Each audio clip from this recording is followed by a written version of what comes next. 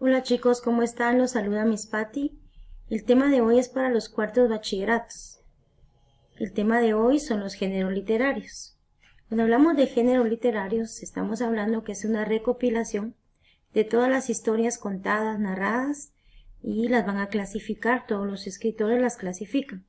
Dentro del género narrativo nosotros tenemos que hay narrativa en prosa y también hay narrativa en verso. ¿Qué es prosa y qué es verso? La prosa es escribir con un lenguaje natural, con un lenguaje coloquial y a veces no tan coloquial, ¿verdad?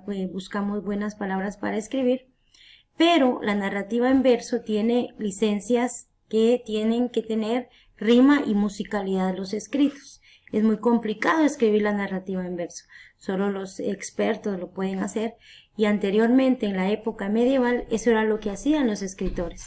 Ustedes saben que en la época medieval no existía la imprenta y todo se hacía a mano. A ustedes un poquito les cuesta escribir y ellos, imagínense, escribir libros y libros en verso y libros que eran muy completos.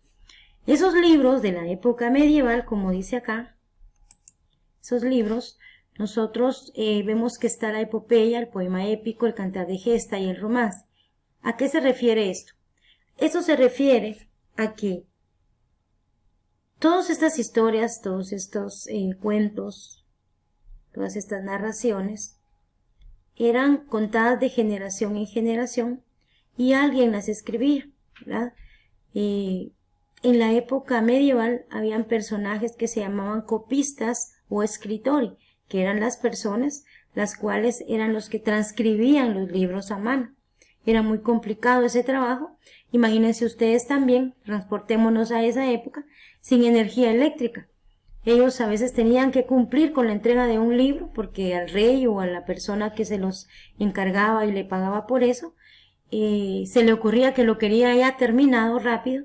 No había energía eléctrica, lo hacían, escribían a mano y con una candela, ¿verdad? Entonces la luz no existía en esa época.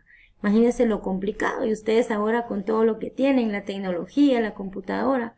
Imagínense una computadora en ese tiempo hubiese valido oro, tal vez, por decirles así. Ahora, la narrativa en prosa, acá tenemos 4 divisiones. Hay más, pero hay subgéneros. Los subgéneros más importantes son estos y yo se los voy a explicar.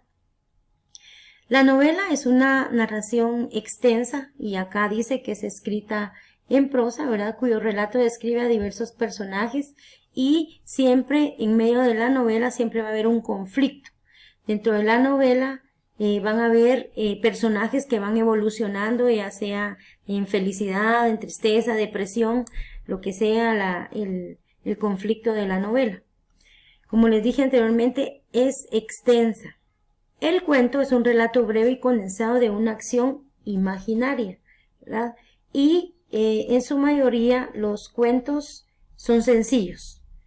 Están enfocados siempre a un solo tema y desde niños nosotros hemos escuchado, nos han contado, hemos leído cuentos fabulosos como por ejemplo La Caperucita Roja, Los Tres Cerditos. Esos son cuentos para niños, pero desde pequeños nos han inculcado el hábito de la lectura, indirectamente, pero nos lo han inculcado, ¿verdad? La leyenda es, a partir de un hecho histórico, se elabora un relato de ficción en el que predomina la expresión de lo maravilloso. La leyenda, entonces, va a ser una narración de hechos fantásticos, de hechos que nos van a llamar la atención. De hecho, a nosotros acá en Guatemala nos llama mucho la atención las leyendas de miedo, las leyendas que nos caracterizan como una cultura. El Somberón, la Llorona, el Cadejo, todas esas leyendas nos causan como que ese morbo de saber, de sentir el miedo, el escalofrío, ¿verdad? Y ya las hemos escuchado, pero nos gusta que otra persona nos cuente su versión. ¿Por qué hay varias versiones? Porque la leyenda ha nacido de generación en generación. Entonces se va cambiando a veces la historia. Ustedes saben que cuando la tradición es oral, se cambia la historia, como cuando jugamos teléfono descompuesto. Ahora el apólogo es un relato que transmite códigos de conducta y también normas morales. Al apólogo también se le puede llamar fábula.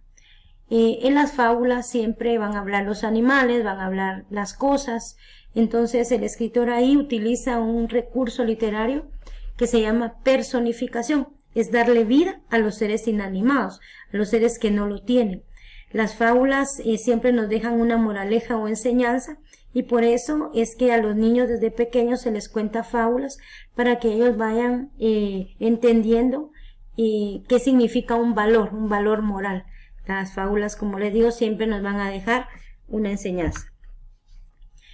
Ahora bien, tenemos el género lírico o la lírica. Es una obra que expone los sentimientos, las emociones, expresa sobre todo la visión que tiene el escritor del mundo real, ¿verdad?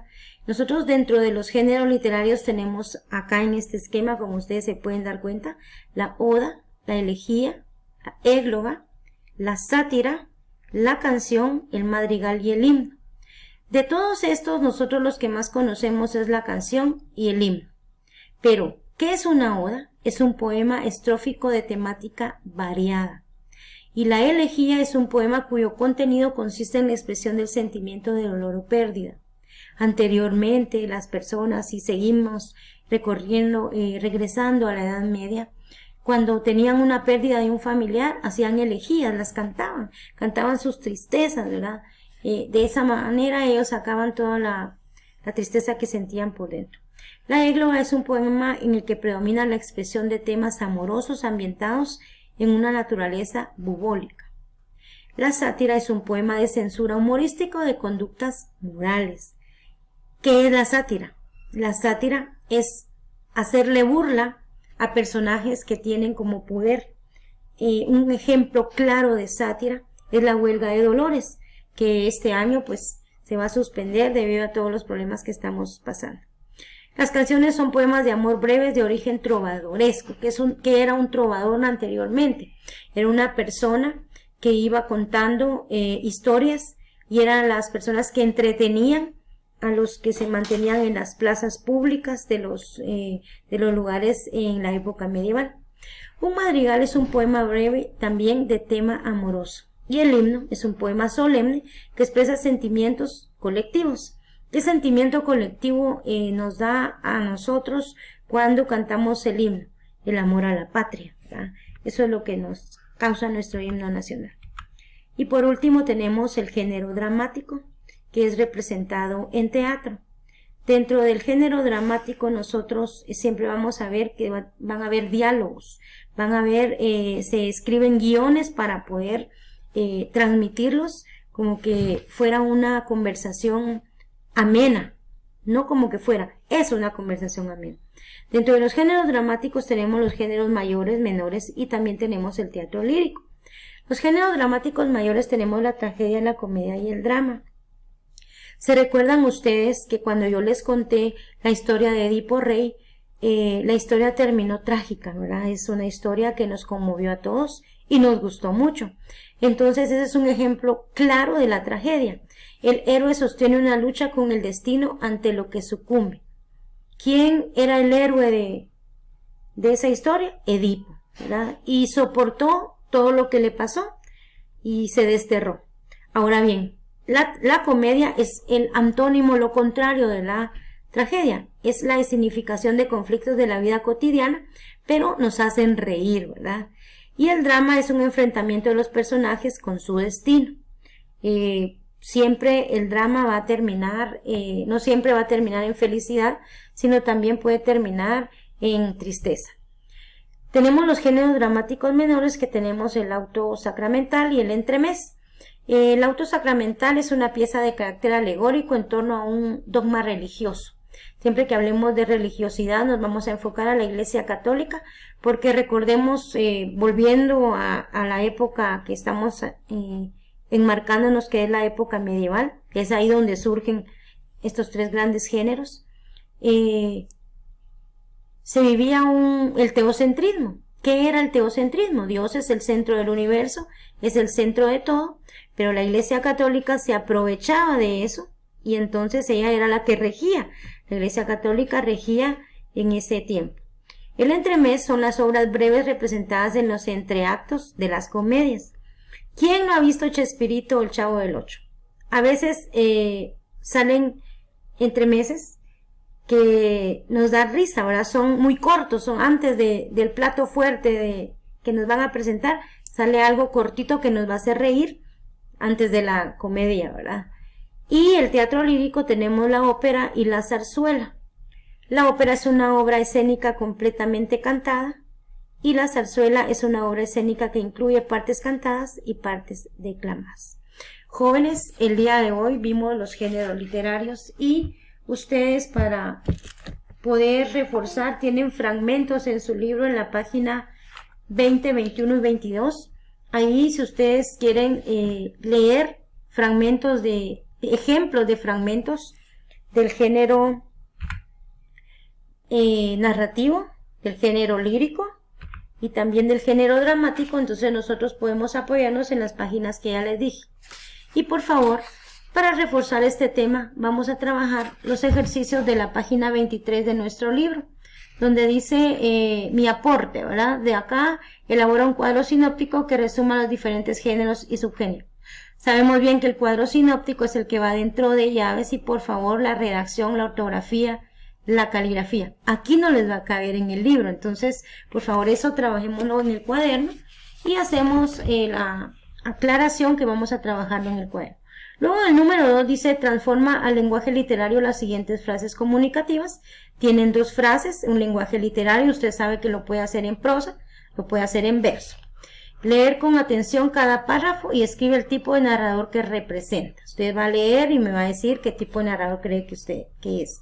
Y vamos a explicar la diferencia y semejanza entre un personaje protagonista y un personaje antagonista, que eso también lo vimos anteriormente. Y por último, donde dice colaboremos, formen parejas y lean el fragmento de la Odisea, que aparece en la página 33 de nuestro libro, y van a discutir y seleccionar 3 citas que ejemplifiquen lo que ahí se les indica. Un lenguaje literario, una narración de una acción heroica y una narración de hechos fantásticos. Esto ha sido todo por hoy, chicos. Los veo en la próxima clase y yo espero les haya gustado. Cuídense y hasta la próxima.